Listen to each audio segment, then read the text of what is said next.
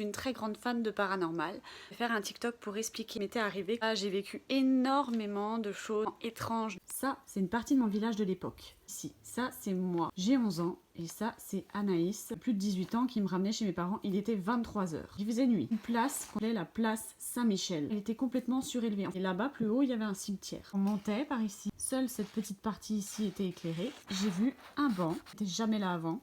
Sur ce banc, une dame, assise de dos, complètement vêtue de noir, comme les bonnes sœurs, tout en noir. Même le haut de son corps était noir. Elle bougeait pas.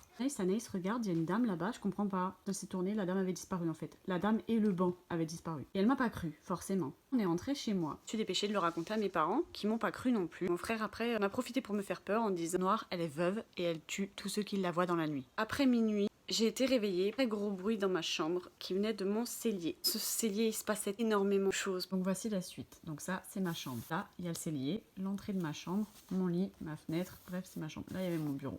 Je dormais. Chaque nuit, la porte de mon cellier s'ouvrait. Donc cette nuit-là, j'ai entendu un bruit dans mon cellier. Il était minuit passé, je sais pas à l'heure exacte que je dormais, ça m'a réveillée. Et la porte que je ferme toujours à clé de mon cellier était grande ouverte. J'ai peur, je me suis cachée sous les draps. Vous savez, quand la peur vous envahit, vous êtes prise de tétanie en fait, et vous n'arrivez plus ni à parler, ni à crier, ni à bouger. C'est ce qui m'est arrivé.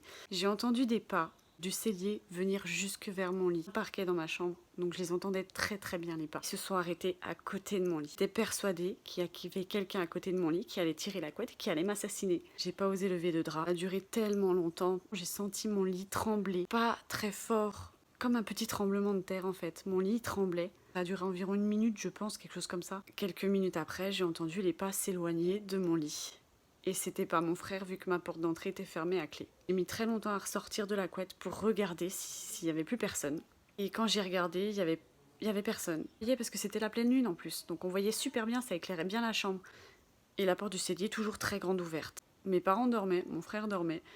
Je suis descendue en bas et j'ai dormi sur le canapé. Je me rappelle encore aujourd'hui, je me rappellerai toute ma vie. Et dans ce cellier, il passé des choses de toute mon enfance. Et c'est frustrant parce que je ne saurais jamais pourquoi j'ai vu cet esprit quand j'avais 11 ans. Je ne saurais jamais pourquoi elle m'a suivi dans ma chambre, pourquoi elle a fait trembler mon lit et qu'est-ce qui se serait passé si j'avais levé le drap et que j'avais croisé son regard, si jamais je l'aurais vu.